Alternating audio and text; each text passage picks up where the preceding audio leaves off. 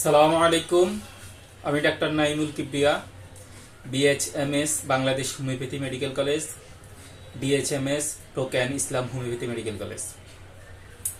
আমরা আজকে আলোচনা করব বমির রং বমির ধরন হিসাবে আমাদের কি কি ওষুধ, ভিন্ন ভিন্ন কি কি ওষুধ হইতে পারে, কেমন কোন ধরনের বমি, কোন রঙের বমির জন্য কোন রকম মেডিসিন হইতে পারে।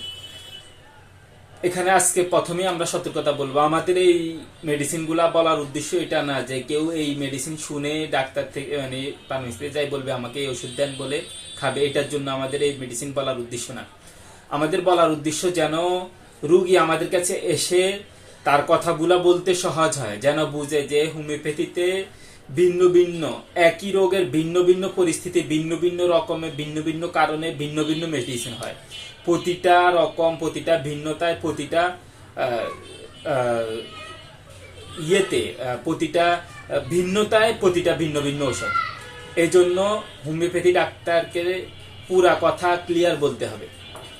তো প্রথমে আমরা যে কথা বলবো, যদি কারোর বমি হয়, বমিটা কালো বর্ণের হয় এবং তাদের যদি পেশাবের রং হালকা কালচে রকম হয়, এই কালো বর্ণের বমি, কালচে রকম পেশাবের জন্য আমরা অ্যাসিড কার্বলিক মেডিসিনটাকে চিন্তা করি।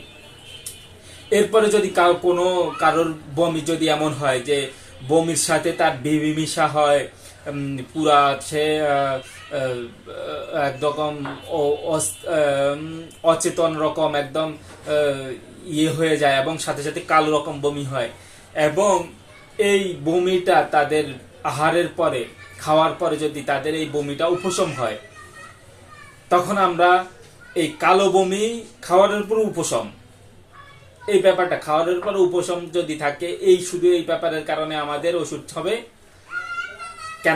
ক্যাডমিয়াম সালফের কথা তখন আমরা চিন্তা করব। কিন্তু যদি খাওয়ারের পর উপশম না থাকে, তখন কিন্তু আমরা অ্যাসিড কার্বলিকের কথা চিন্তা করি। এরপরে যদি বমির রং হলুদ রঙের দইয়ের মতো হয়, হলুদ রঙের দইয়ের মতো হয়, তখন আমরা এটার জন্য ম্যাগ কার্বের কথা চিন্তা করি। এরপরে বমির রং যদি কালো বা কফি চূর্ণের মতো, কফির গুঁড়া যেরকম হয়, যদি এরকম হয়, সাথে সাথে পেট এবং বুক জ্বালা পোড়া থাকে, তখনও কিন্তু আমরা ক্যাডমিয়াম সালফের কথা চিন্তা করি।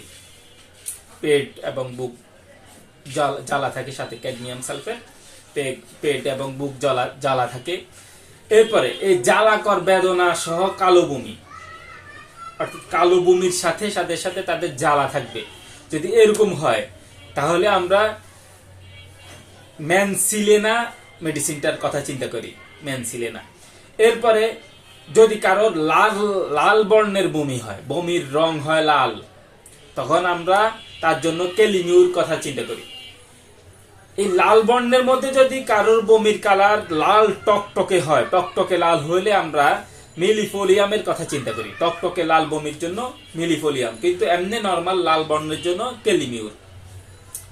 এরপরে আমরা বলবো, যদি কারোর ডান পাশের চেপে শুলে তার বমি হয়, বমি সবুজ রঙের হয়, সবুজ রঙের বমি কিন্তু ডান পাশে চেপে শুলে হয়, তখন ক্রোটেলাসের একটা কথা বলে রাখি, ল্যাকেসিস এবং ক্রোটেলাস দুইটাই সাপের বিষ থেকে, কিন্তু ল্যাকেসিস বাম দিকে, ক্রোটেলাস ডান দিকে।